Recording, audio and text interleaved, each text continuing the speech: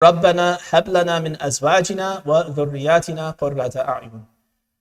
So they're looking to Allah to find a source of pleasure for themselves in their spouse and in their children. All right, so that's one. So again, we can think about our own position. I want to have that pleasure and all of that from my spouse and my children. But then think one generation ahead and 2 generations ahead. Will my coming generations also be interested in the same kind of pleasure? Will marriage still be something so important? Raising a family, will it still be something so important that they find joy in raising a family? Or will they give in to the trends around us that push marriage away, or give no importance to marriage, or very kind of late in life interest in marriage? But family may not be a source of joy. Joy comes from accomplishment at work, money made, money used. It's all dunyawi things give me pleasure and joy. But family is a burden, or family is annoying, or family is this or that, but it's not a source of joy. Right? So how can I first find that joy in my own family, my spouse and my kids? But then how can I raise my kids so that they see family, raising family, and all of that as a source of joy for themselves? My kids, my grandkids, and all the way down until the end of time. Alaikum salam. وَجَعَلْنَا لِلْمُتَّقِينَ إِمَامًا. This phrase is also it's kind of a jarring phrase, because we expect the dua to be, make me muttaqi. But Allah puts the dua into our mouth, وَجَعَلْنَا لِلْمُتَّقِينَ إِمَامًا. All of a sudden He wants us to jump to the head of the pack and be leaders for muttaqi. So steeped in taqwa, not only that we ourselves have taqwa, but we are models of taqwa, that we can guide other people to taqwa, that we can enjoin good and forbid evil in such a way that taqwa is in all the people around us, because we're showing them that path. We're illuminating the way for them. Okay, that's for you and me, but then what about my kids? Will they be leaders of the muttaqeen? And what can I do now to not only instill taqwa in them, but then to instill those qualities that will make them positive influences on the people around them? Whether it just be in their family, I raise my son so that he's an outstanding father when he grows up and he can raise an outstanding family. Or if he has larger scope, then he can be a leader in other ways. And there's a larger sphere of influence that he can have, and be a magnet and a kind of illumination to draw people towards taqwa. A third set of verses I'll share is from Surah Al-Isra. Allah says, وَقَضَى رَبُّكَ أَلَّا تَعْبُدُوا إِلَّا إِيَّاهُ وَبِالْوَالِدَيْنِ إِحْسَانًا إِمَّا يَبْلُغَنَّ عِنْدَكَ الْكِبَرَ أَحَدُهُمَا أَوْ كِلَاهُمَا فَلَا تَقُلْ لَهُمَا أُفٍّ وَلَا تَنْهَرْهُمَا وَقُلْ لَهُمَا قَوْلًا كَرِيمًا وَاخْفِضْ لَهُمَا جَنَاحَ الذُّلِّ مِنَ الرَّحْمَةِ وَقُلْ رَبِّ ارْحَمْهُمَا كَمَا رَبَّيَانِي صَغِيرًا. It's a verse that you're undoubtedly familiar with. Allah tells us that He has made incumbent on us to worship none but Him. And as always, when He mentions an element of tawheed and devotion to Allah, He couples it with devotion to parents. Allah ta'budu illa iyyah wa bil walidaini ihsana. Be good to your parents. And then He talks about the inevitable undulations of time, the old age that will come to your parents. One of them, maybe both of them, will reach old age in your presence. فَلَا تَقُلْ لَهُمَا أُفٍّ. Be extremely respectful to them and try to hold your tongue to the furthest extent possible, so you don't even say ugh to them. وَلَا تَنْهَرْهُمَا. Don't refuse, don't kind of be disrespectful if you have to say no to them for something, then do it in a respectful way. We're not turning them away, we're not pushing them away. وَقُلْ لَهُمَا قَوْلًا كَرِيمًا. And speak kindly with them. وَاخْفِضْ لَهُمَا جَنَاحَ الذُّلِّ مِنَ الرَّحْمَةِ. And be extremely merciful to them. Kind of image of a bird laying its wing down so its chicks or its hatchlings can find comfort in that wing. And make this dua, Rabbi irhamhuma kama rabbayani saghira. So again, this is a admonishment for you and me in our current state, that we should struggle in this way to have this kind of attitude towards our parents, to have this kind of recognition of what they've done, and to pray to Allah to have mercy on them as they had mercy and they raised me. But fast forward a generation, 2 generations, will my kids have this kind of attitude toward me as the old man? Will my grandkids, again, have that same attitude towards me or towards my children? And what can I do now, instead of, for instance, imposing or being heavy-handed with our kids in a way that they seek independence, or they seek to kind of flee from you, and they don't want to come back into your household, or they don't want to live close to you because they feel like you will be, an interference in their life and you'll be a burden and these kinds of things. So what do I need to do now to raise my kids in a way? Maybe to model by acting a certain way to my parents, model all of this to my parents so that my kids see what that's like. And then idealize that, help them to understand these commandments of the Quran, so that they, in turn, will have that attitude towards me.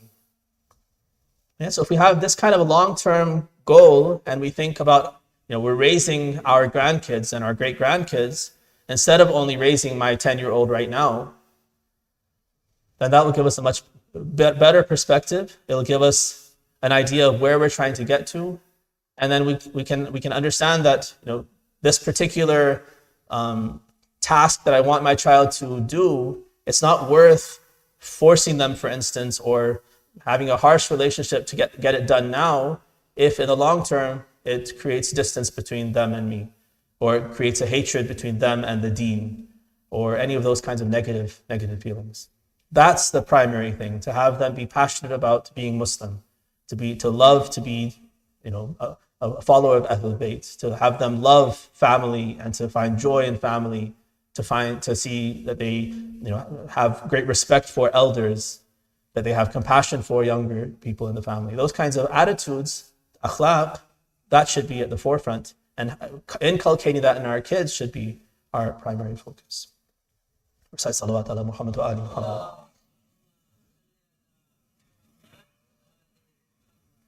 I'll share one more verse from Surah Al-Ahqaf, verse number 15. وَوَصَّيْنَا الْإِنسَانَ بِوَالِدَيْهِ إِحْسَانًا حَمَلَتْهُ أُمُّهُ كُرْهًا وَوَضَعَتْهُ كُرْهًا وحمله وفصاله 30 شهرا حتى إذا بلغ أشده وبلغ 40 سنة قال ربي أوزعني أن أشكر نعمتك التي أنعمت علي وعلى والدي وأن أعمل صالحا ترضاه وأدخلني وأصلحني في ذريتي إني تبت إليك وإني من المسلمين.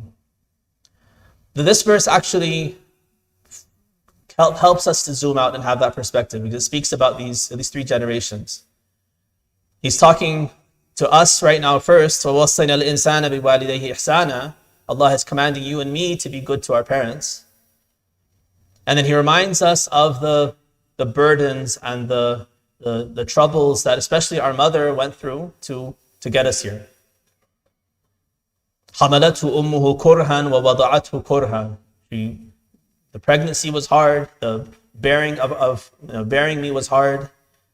And then not only it didn't end, the pain, the suffering, or the trouble didn't end with birth, but then وَفِصَالُهُ حَمْلُهُ وَفِصَالُهُ 30 شهرا. For 30 months, she bore me in her womb and then raised me until I was weaned off of milk. And then he fast forwards, حَتَّى إِذَا بَلَغَ أَشُدَّهُ. Then I reached the prime of my life, and I reached 40 years old. Then the dua I should offer is Rabbi awzi'ni an ashkura ni'mataka allati an'amta alayya wa ala waliday. And at 40 years, and this is when I've fully kind of reached my independence in my life, where I can stand on my own 2 feet financially and socially and everything. And I should have this kind of gratitude towards Allah for the blessings that He's given me and the blessings that He's given my parents. وَأَنْ أَعْمَلَ صَالِحًا تَرْضَاهُ. Help me to do righteous deeds that are pleasing to you. And then we go down to the generations. وَأَصْلِحْ لِي فِي ذُرِّيَّتِي. Right? I want to be the best I can be because I have to face my own hisab on the Day of Judgment. But I also want to improve myself through the generations. أَصْلِحْ لِي فِي ذُرِّيَّتِي. Let my coming generations be even better than I am. So now what do I have to do? Not only to be the best myself, but then to raise a generation and 2 generations and multiple generations that are going to have this upward crescendo in terms of spirituality and goodness and character and all these kinds of things. So certainly I have to model what I'm trying to get to them, but I also have to think, like, what precedents can I set? What sunan can there be in my life, that we have certain traditions in our family that are so good and so beneficial and that everyone recognizes as good, that now they're eager to carry those on. Because again, if I just do something for myself and I make myself good, but I'm not doing anything to make an environment in my family that's good and that's promoting that goodness. If I'm not establishing traditions, family traditions that are, spiritually very fulfilling, then I'm not doing much for ensuring that the future generations are going to be going in that direction. That there's going to be islah as the generations go down. And there might just be an adulation, and some are good, sometimes they go bad, sometimes they come back, sometimes they don't. And it's all left up to just the circumstances of life, because I haven't done anything proactively to try to set that trajectory for my coming generations. All right, recite salawat ala Muhammad wa alihi. بسم الله الرحمن الرحيم إنا أعطيناك الكوثر فصل لربك وانحر إن شانئك هو الأبتر. صلوات على محمد.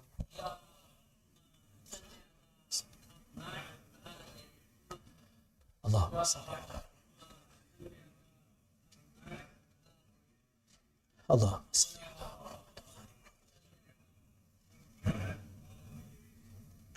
بسم الله الرحمن الرحيم الحمد والثناء لله رب العالمين والصلاة والسلام على أشرف الأنبياء محمد وعلى أهل بيته الطيبين الطاهرين.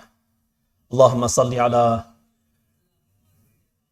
صل على نبينا محمد وعلى علي وعلى فاطمة وعلى الحسن والحسين وعلى علي بن الحسين ومحمد بن علي وجعفر بن محمد وموسى بن جعفر وعلي بن موسى ومحمد بن علي وعلي بن محمد والحسن بن علي والحجة بن الحسن القائم المهدي صلوات الله عليهم أجمعين.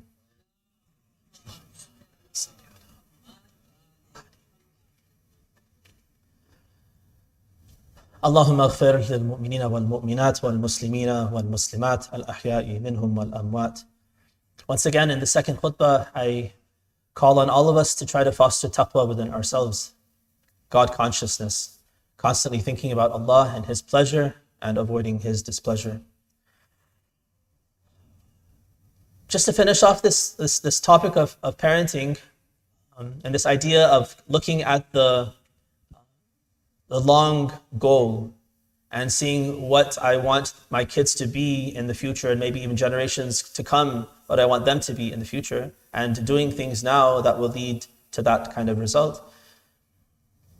If we want to lead our kids to success, which is an obvious goal that every parent has, that is contingent on having a correct model of success.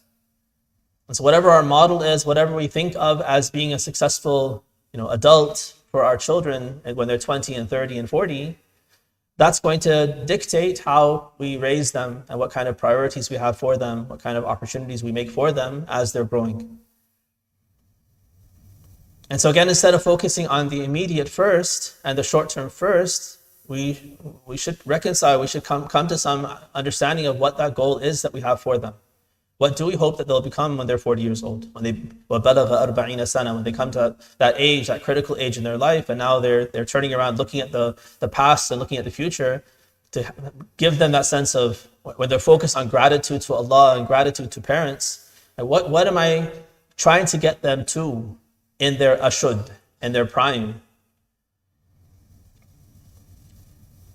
Oftentimes, maybe even most of the time, I think parents, for the first 18, 20 years, 22 years of their kid's life, their primary focus is on their education. And that is a good goal, but it shouldn't be kind of a goal that's taken for granted, that anything that promotes their education is necessarily good, and that's the primary focus. So we'll bend over backwards, we'll move, we'll uproot ourselves and move to a better school district, move to a better city, just to get our kids into a particular school. We'll do all sorts of things to, we'll as they're growing, we will talk to them when they get to maybe middle school and try to impress on them how important the next few years of high school are, because what you do now is going to determine what college you go to, and then college is going to determine your career, and career is going to determine your income, and income is going to determine your marriage prospects, and that's your success. And if all of our focus is on that trajectory of secular education, ending up with career and monetary success, then of course our choices are going to be dictated by that. How we raise them, where we move, where we live, what kind of company they keep, all of that is going to be affected by that perspective that we have on their success. But it's very likely, it's very possible for that child to be very successful in that trajectory and get to, top of class and best school and great career and all those things, but still be a very nasty person. Still be a very unpleasant person. Still be a very unhappy person. Not be a pleasant person to be around. Not be a person who's going to be, for instance, a very positive couple to his or her spouse, who's not going to necessarily raise his or her kids very well. And you've done everything right, you think, because you moved. You got them into the right school. You got them through all these milestones, and they should be successful. But then when you get them married, 2 years into the marriage, they're divorced, and so much trouble because they didn't have a sense of responsibility, a sense of altruism, a sense of sacrifice for a spouse or a child. All they're focused on their entire life, and everyone else was also focused on, was them. Parents are focused on the child is focused on the child, the school is focused on the child, everyone's focused on the child, so the child is the son. The child, the S-U-N, the son of the universe. And everything revolves around him. If that's the way you've raised them, then they're going to be egotistical. And an egotist in a marriage, one is bad enough, two, both raised in that kind of a way, there's no way they're going to be able to get together and have a successful marriage if each one is only thinking about themselves, because that's all they've ever had to think about their entire life. So if we're going to raise our kids for success, then we should first fix our notion of what success means. So one kind of piece of food for thought I'll give you is, typically we have a very equitable perspective on how we raise our girls and our boys, and we think that this is the ideal is I should raise my girls to be toe in toe with my male children, or the boys in their class, and this and that. And just as the boys are heading towards career, for instance, the girls should also head towards a career, and we take it as a given. And again, if that's the success kind of notion that we have for our girls and our boys together, and it's the same, that we're going to raise them in a way that's going to feed into that. But then we have to wonder, is that going to really lead to success in their family? It could be the case, but it shouldn't be unthinking that we just kind of feed into this and we just kind of go with it, and we don't think about the consequences or think about what their life is going to be like at 25 and 30. Whether or not my daughter is going to, am I setting her up for a successful marriage, a successful family, be able to, for instance, sacrifice so much to raise her kids well and to love her husband and create that nucleus which is nourishing and nurturing and all of that? Am I investing anything into that side of her if I'm just raising her the same way that I raised my son?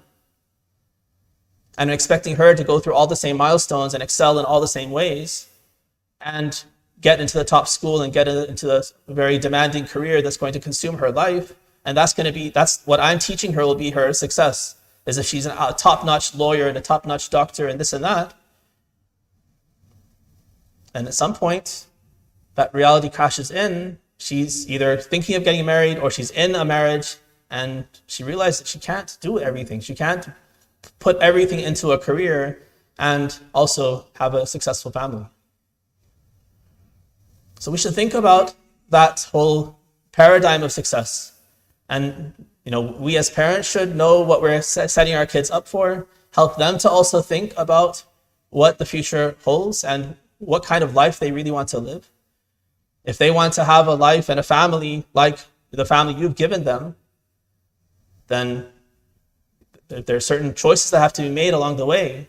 And if there are shortcomings in your own family and you want to make up for that and get them into a better position, then again, you have to think about what is the better position, what is that better family that you hope they will be able to create for themselves, and how can you feed into that now by making good choices, also thinking very carefully about those paradigms of success, but not taking it from the world around us, because the world around us is not going to set them up for success. The culture around us is not going to set them up for familial success, spiritual success, religious success. Those kinds of things are not part of the paradigm of success in the environment that we live in. So we have to do a lot more work to create that paradigm and then set it up for our kids and then lead them to that, inshallah. Allah, we ask you to shower your mercy and blessings on Muhammad and the family of Muhammad.